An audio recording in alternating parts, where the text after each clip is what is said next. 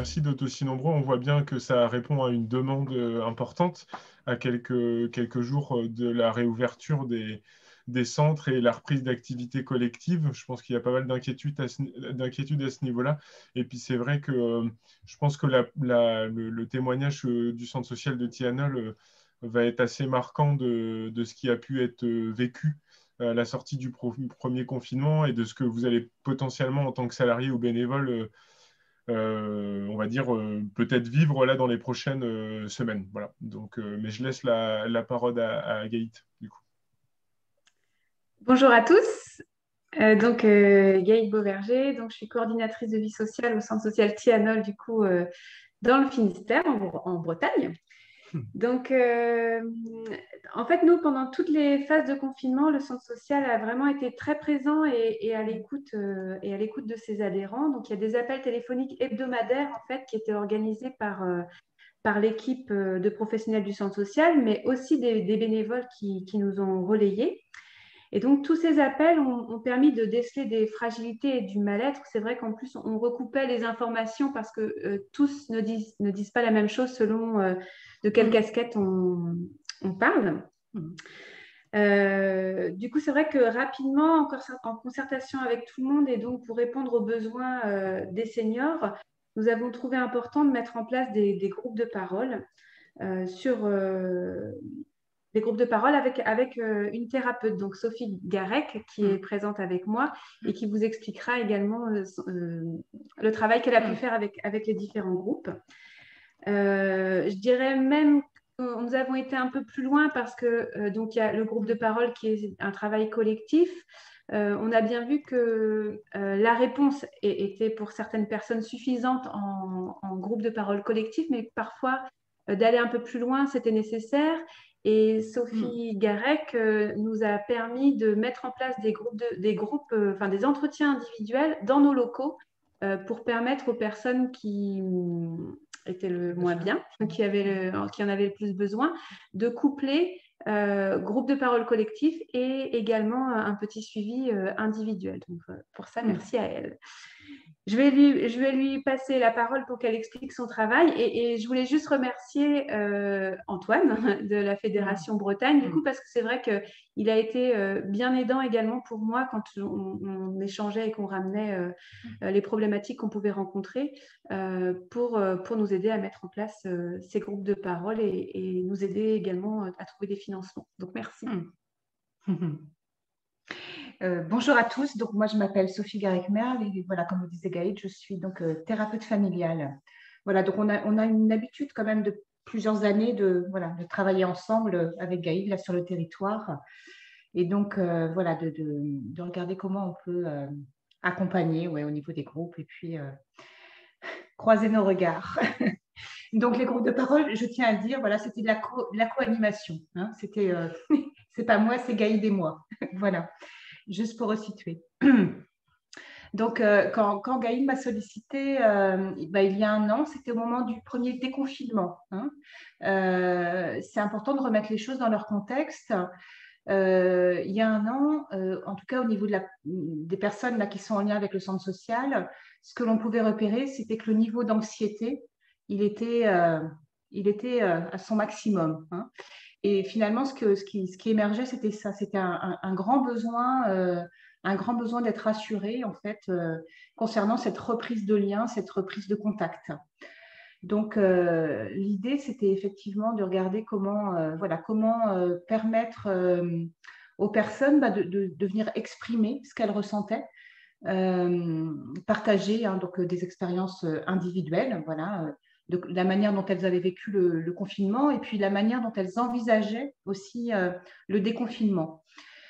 Sachant que selon l'histoire de chacun, selon le contexte de vie de chacun, voilà, toute cette crise sanitaire n'a pas le même impact pour tout le monde.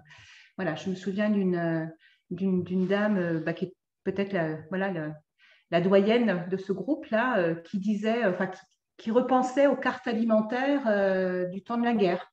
Voilà, hein, le vocabulaire qui était utilisé pour parler de cette crise sanitaire était quand même un vocabulaire qui pouvait voilà, réactiver voilà, des souvenirs en lien avec la guerre pour certaines personnes, ou en lien peut-être avec ce qu'elles avaient entendu de leurs parents. Enfin voilà, mais en tout cas, on voit bien que ça allait chercher les personnes voilà, assez loin. Voilà, l'idée, c'était aussi de venir légitimer la manière dont chacun finalement vivait, comment légitimer ce que chacun avait à exprimer selon la façon dont c'était vécu. Je crois qu'on a tous été à un moment donné avec ces questionnements, mais masque, pas masque, qu'est-ce qu'on fait, qu'est-ce qu'on doit faire, qu'est-ce qu'on ne doit pas faire, voilà, il y a des moments où voilà, les consignes pouvaient se contredire les unes les autres, et je pense que encore une fois, pour des personnes qui sont avec de l'anxiété, eh bien c'était important d'avoir un discours clair d'une part, et puis donc de venir clarifier, et je pense que ça, les groupes de parole permettaient ça, et puis ensuite de venir dire aussi par moments son ras-le-bol, je crois, tout simplement, voilà, et de le partager et de dire à quel point c'était légitime d'avoir besoin d'exprimer ça, de déposer ça quelque part. Donc voilà, ça c'était plutôt intéressant aussi, voilà. Et puis voilà, il y a eu la période de la rentrée, la fin d'été et septembre-octobre, où on a vu aussi combien les personnes étaient j'ai envie de dire, bousculées par le discours concernant les contaminations. Là, on avait affaire à un discours de clivage entre les générations. Et les dames qui étaient participantes du groupe de parole ont pu nommer à quel point elles étaient heurtées et blessées de ce qui se transmettait. Voilà. Pour la plupart, voilà, elles ont des petits-enfants, et je pense que voilà, c'était très, très blessant le discours. Donc il y a eu ce besoin-là aussi de venir voilà, échanger autour de ça. Et puis surtout aussi, ce qui était intéressant, c'est comment elles se sont maintenues finalement dans leur façon d'être et dans leurs valeurs profondes, que sont la générosité et la solidarité. Et elles ont continué, pour certaines en tout cas, à regarder, puisqu'on a parlé ensuite des étudiants, à regarder comment elles pouvaient venir en aide à des populations plus jeunes ici sur le territoire. Et donc, elles sont allées au-devant des associations étudiantes pour regarder comment elles pouvaient voilà, leur venir en aide. Voilà. Et donc, tout ça s'est articulé voilà, autour de voilà, cette possibilité de venir dire son ressenti, puis ensuite, comment mettre en place des actions très concrètes. Mais finalement, c'est aussi comment elles sont restées fidèles à leurs valeurs, à leurs ressources, voilà. Et puis à ce qui fait, j'ai envie de dire aussi, voilà, les ressources et puis l'identité du collectif ici, hein, voilà, de ce centre social là, de Tihanol. Voilà. Et donc, on voit bien comment, durant l'année qui vient de s'écouler, voilà, il y a eu cette phase de temps arrêté. Voilà, hein, à partir du premier confinement, c'était tout s'arrête. Hein. Le temps s'arrête, l'espace est très restreint, c'est-à-dire que l'espace commun n'existe plus. Hein, on revient à un espace individuel chez soi et 1 kilomètre autour de chez soi. Donc, quelque chose quand même qui est quand même très soudain et très subi. Et ce qui était intéressant, c'est la manière dont Gaïd, elle est venue restructurer ce temps-là. Donc, à la fois à travers les appels téléphoniques, mais aussi en regardant comment il était possible de continuer à organiser de la rencontre, alors en extérieur, avec toutes les possibilités, enfin, tous les respects de consignes de distanciation. Et voilà, c'était l'idée de faire une petite promenade ou des choses comme ça. Et puis aussi, il y a eu depuis le mois de mars l'année dernière, quelque chose que moi je trouve très important, c'est comment des choses ritualisées ont été respectées. Les rituels qui font un peu l'identité du groupe, ou qui font l'identité, voilà, il y a eu des choses autour du brin de muguet du 1er mai, voilà, l'idée de distribuer du muguet. Des choses autour de la galette des rois, des choses autour de décors, de décorer des choses pour Noël, pour Pâques. Enfin, et donc ça, c'est venu aussi permettre de structurer le temps. Voilà, un temps qui était, voilà, qui aurait pu pour certaines devenir du temps vide ou du temps mort.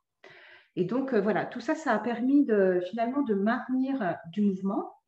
Alors, à la fois le mouvement qui part du centre social et qui va vers les gens, mais aussi de maintenir quelque chose du mouvement, de l'initiative et de la spontanéité des personnes pour venir vers le centre social.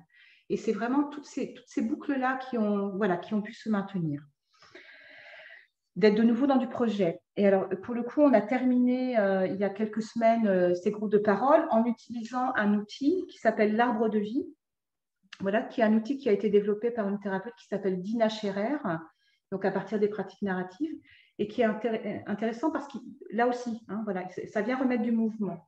Alors, il se trouve que cette année, c'est les 40 ans du centre social de Tianol. Alors, depuis plusieurs années, il était prévu de faire des tas d'actions pour rassembler du monde et pour fêter ça, voilà, de manière très large et sur du collectif. Bon, ça s'est fait différemment, mais on a quand même maintenu ça et on a proposé aux dames finalement, à partir de cet outil-là, l'arbre de vie. Alors, ça se présente sous la forme d'un arbre, mais je crois que vous ne voyez pas trop.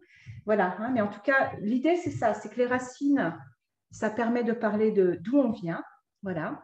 Et donc, les dames ont pu comme ça restituer leur histoire, leur parcours dans le collectif, partager ça les unes les autres.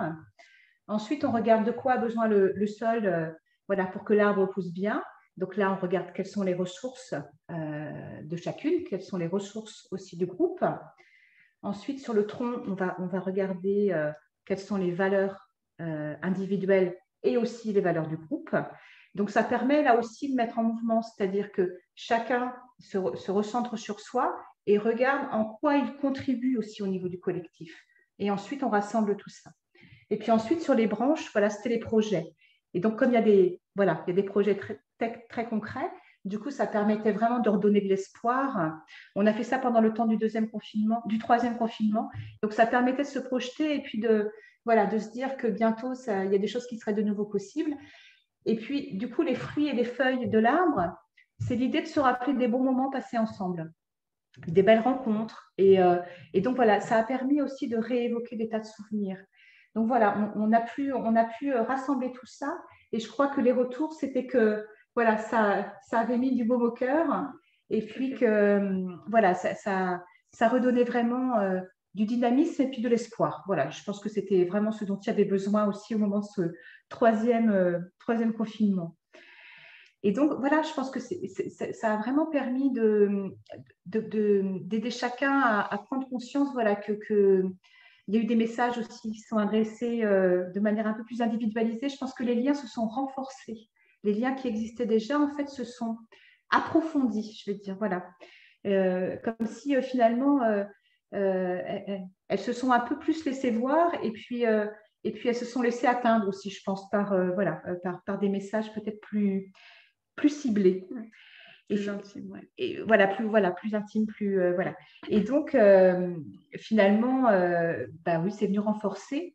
Et je pense que, voilà, on a beaucoup travaillé, on a échangé sur ces questions-là durant les groupes de parole, voilà, à partir là, des travaux de Serge Pogam, voilà, sur qui je peux compter et pour qui je compte. Voilà.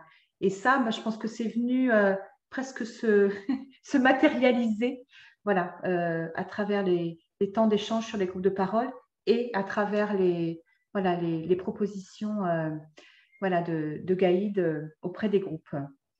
Voilà. Et je pense que finalement, même si oui, ça a duré plusieurs mois, je crois que ce qu'elles ont pu dire, c'est que finalement, elles ne se sont pas senties, seules. Voilà. On a conclu plusieurs groupes de parole avec cette métaphore, cette image très symbolique, voilà, de Gaïd comme un mât de cocagne, un mât de cocagne, et puis que chaque dame tenait un bout de ruban de ce mât de cocagne, et puis que finalement, elles se sont toujours senties en lien et toujours senties reliées. Et ça, je pense que c'était vraiment important. Et ça a vraiment permis, je pense, d'éviter des effondrements, je pense, chez certaines, qui sont dans des contextes voilà, de vulnérabilité. Et je pense que vraiment, ça a maintenu les personnes en bonne santé, en suffisamment bonne santé, je vais le dire comme ça. Voilà, donc une belle expérience.